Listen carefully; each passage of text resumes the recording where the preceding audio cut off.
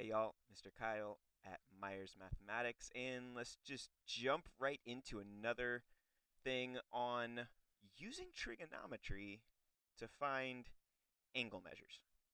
Okay, so pretty much all of this has to be done in a calculator, and by has to, I mean like you could maybe do it without a calculator, but it would take a really long time and it would be way more complicated. So, you definitely want to use a calculator. If unless your teacher is like Satan, then they'll probably be fine with you using a calculator on this. So let me just tell you how to do it straight up for number one. Then I'll kind of talk a little bit about how or maybe why we do what we do on the calculator for number two, and then for 3 through 6, we'll just kind of do the same thing we did on number one.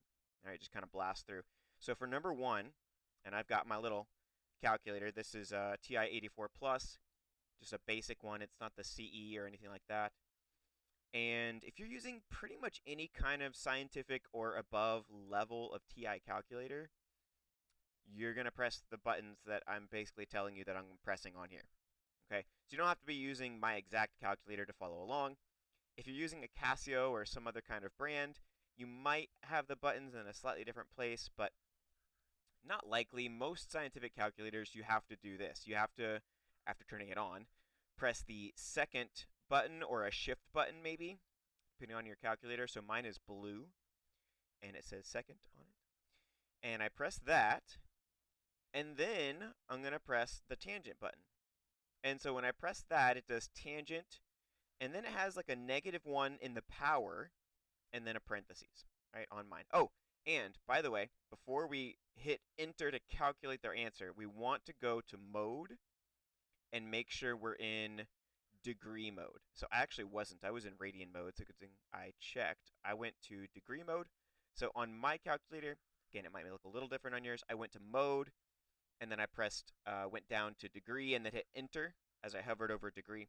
If you're using a standard scientific calculator, you'll basically want to hit like the DRG button until you see DEG somewhere on your screen where the rest of the numbers and everything pop in. So on mine, which is a TI 84 Plus, I'm going to hit second mode, and that takes me back to the main screen.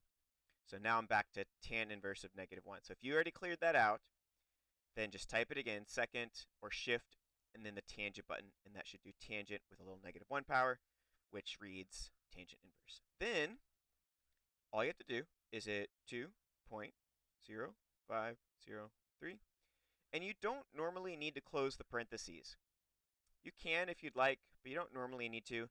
And mine comes out to 63.9999577. Okay, so that is insanely close to 64 degrees. And they said to find each measure to the nearest degree anyways, so 64 degrees is the correct answer.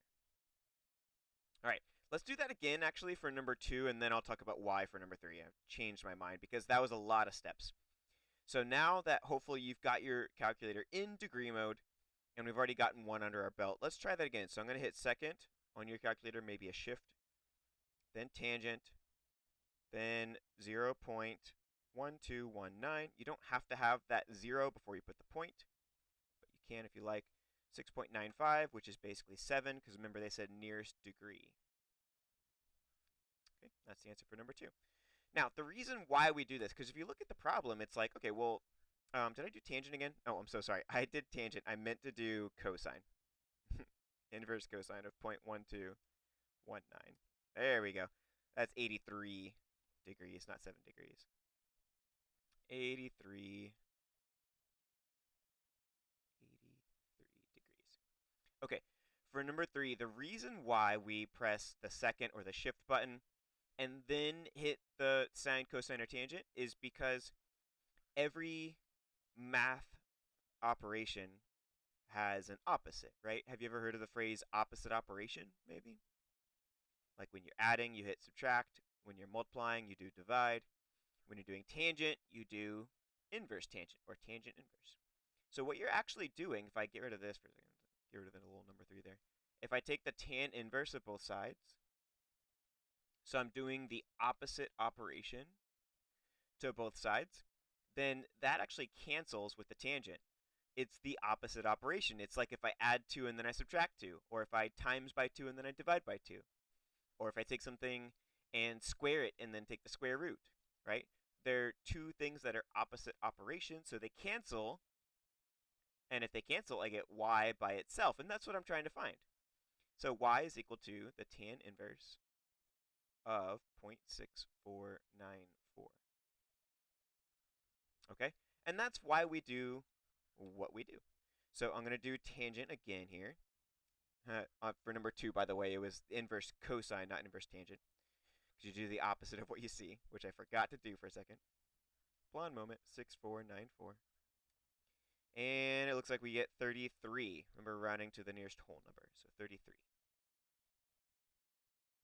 Okay. And then that's basically it. So for number 4, I'm going to do inverse sine and 0.8746. And I get 60.99 blah, blah, blah, blah, blah, so 61. Okay. Next one, inverse cosine. So inverse cosine of 0.6820. And I get 47. 47. Then for number 6, inverse sine of 0.2756. And I get 16. Right? And that's really all there is to it, right? You're just going to type it into the calculators. Now, for the next part, find the measure of the indicated angle to the nearest degree. So they tell us what angle they want us to find, which is the angle with the question mark on it. And they give us 2 out of the 3 sides. So we are going to use a little bit of trigonometry here. And the best way to do this is to do what's called label, pick, solve. All right, I'm going to write this for number 7, maybe also for number 8, but definitely for number 7. Label, pick, solve. All right, so label,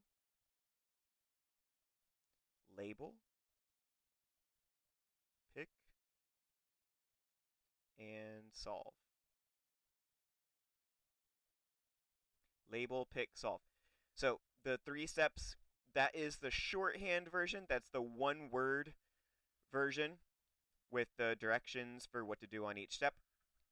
If I wanted to add another word to this, I would say label the sides, or just label the label sides if you wanted to take out the. Label sides, pick the trig, solve the equation. All right, so there's a little bit more context now. Label the sides, pick the trig, solve the equation.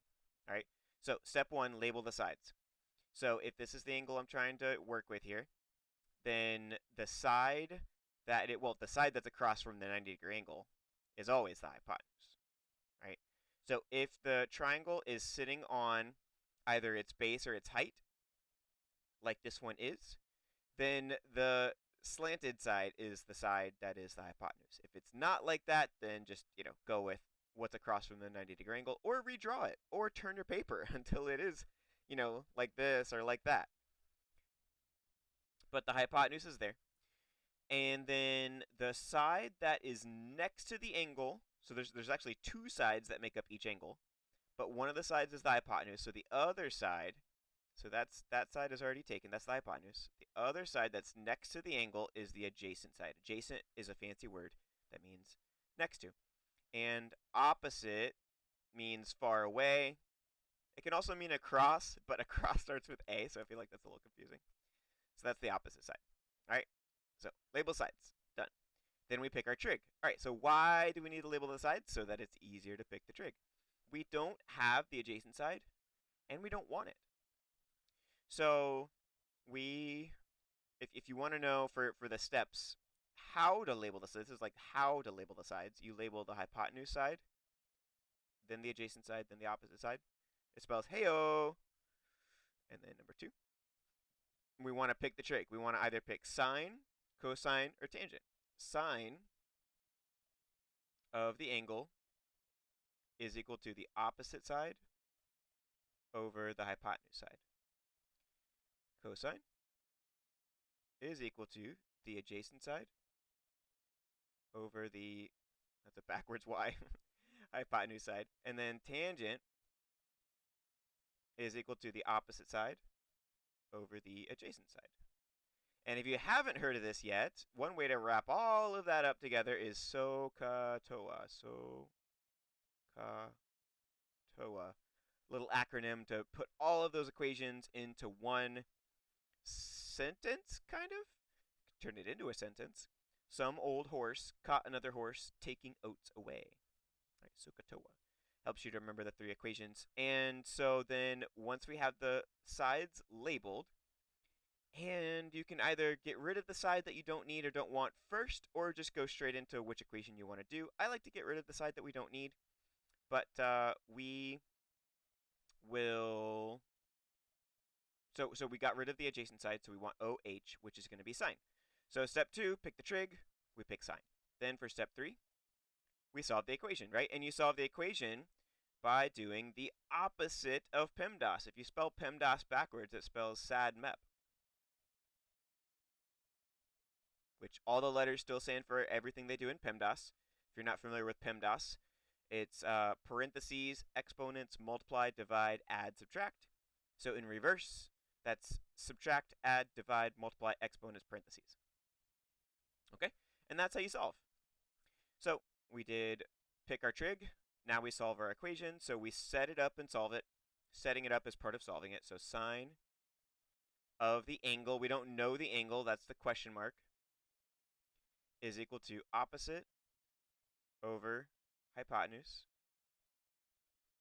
And then in the calculator, you just do the opposite of sine again. So you do the inverse sine. So the angle we're looking for is the inverse sine of 51. Excuse me. I felt a sneeze coming on, but I didn't want to sneeze into the mic. I wanted to spare you. So we want to do the inverse sine of 51 over 55. And that's it. You don't need to find out what 51 over 55 is. It's not going to be a nice number. So then you just go into your calculator and you type it in, 51 over 55. And I get about 68. And it said nearest degree again, so 68 degrees. There we go. All right, now that was kind of long. I'm not going to have room to do that every time, but now that we have all the directions, I don't think we'll need to. So let's see here. Label, pick, solve, right? So hypotenuse, adjacent, opposite. We don't care about the adjacent side again, so we're going to use sine.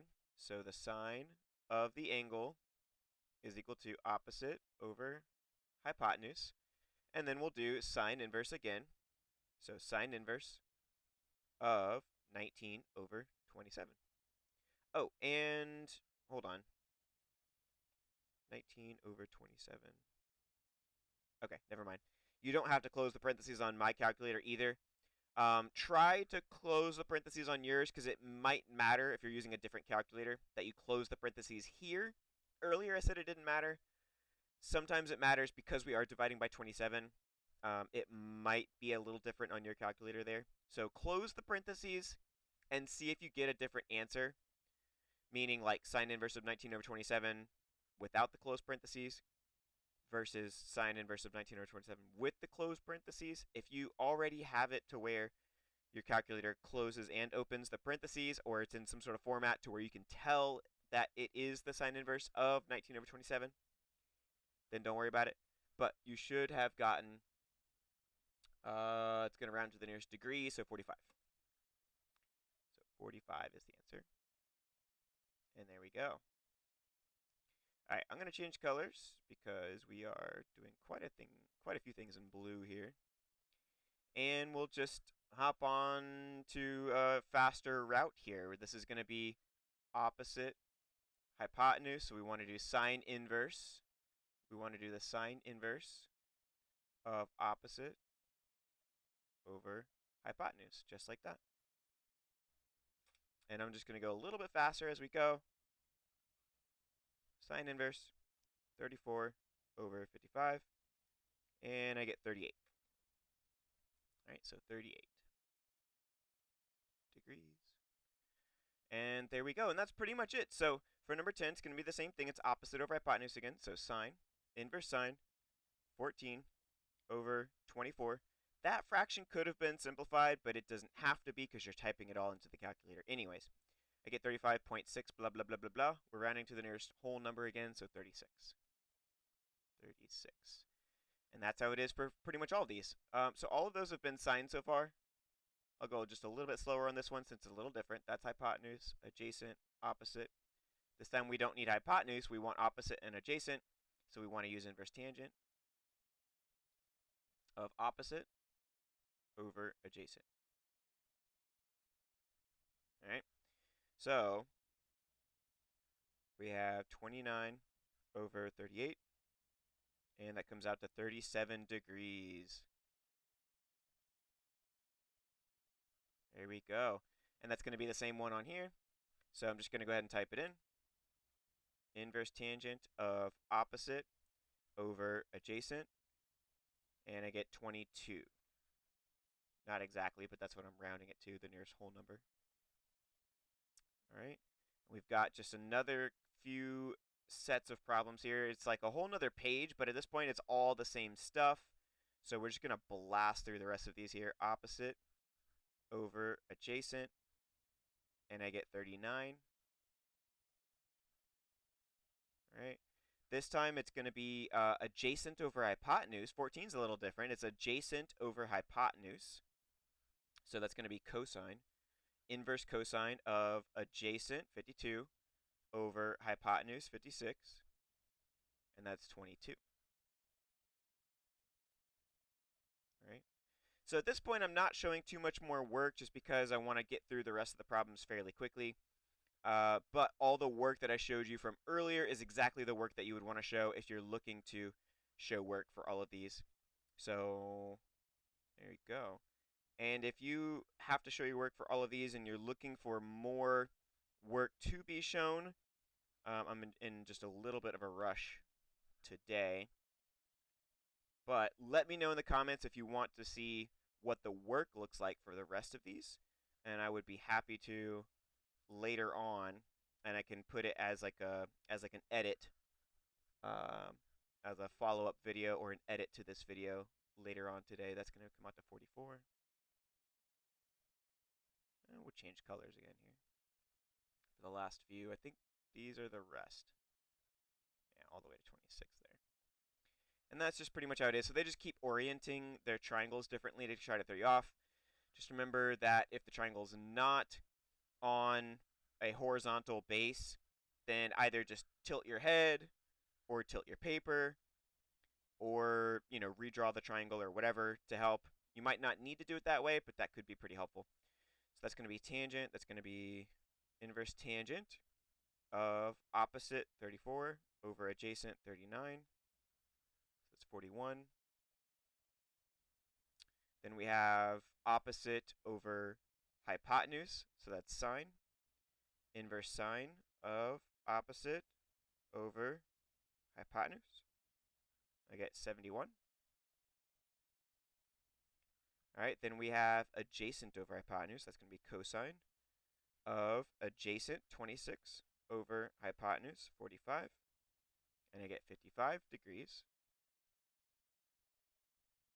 All right, opposite over hypotenuse, that's going to be sine. So inverse sine of 16 over 19, 57. All of these angles should look like they make sense as well, so it can be helpful to use that. For number 21, since they give us all three sides, you can do any one of them you want. I'm going to just do sine again, just because I feel like it, I guess. But you could do sine, cosine, or tangent for number 21. If I do sine, then it would be sine is inverse sine, that is, 76 over 95. Then I get 53. Then for that one, again, any one you like. So let's do cosine this time, maybe. So adjacent, 21, over hypotenuse, 75. So that's 74. Almost there. We got 4 more. Do like a lighter green there. All right, let's do tangent this time. Inverse tangent of opposite, 44, over adjacent, 33. And I get 53. That is a Pythagorean triple, because that's a 3, 4, 5 triangle, but multiplied by some stuff. The other ones could have been triples as well. I just didn't really notice until just now. We'll do sine maybe of opposite over hypotenuse, and I get 48. And we'll do cosine. Adjacent would be 52 over hypotenuse is 65, and I get 37. And then last but not least, we'll do inverse tangent of opposite is 70 over adjacent is 24, and I get 71.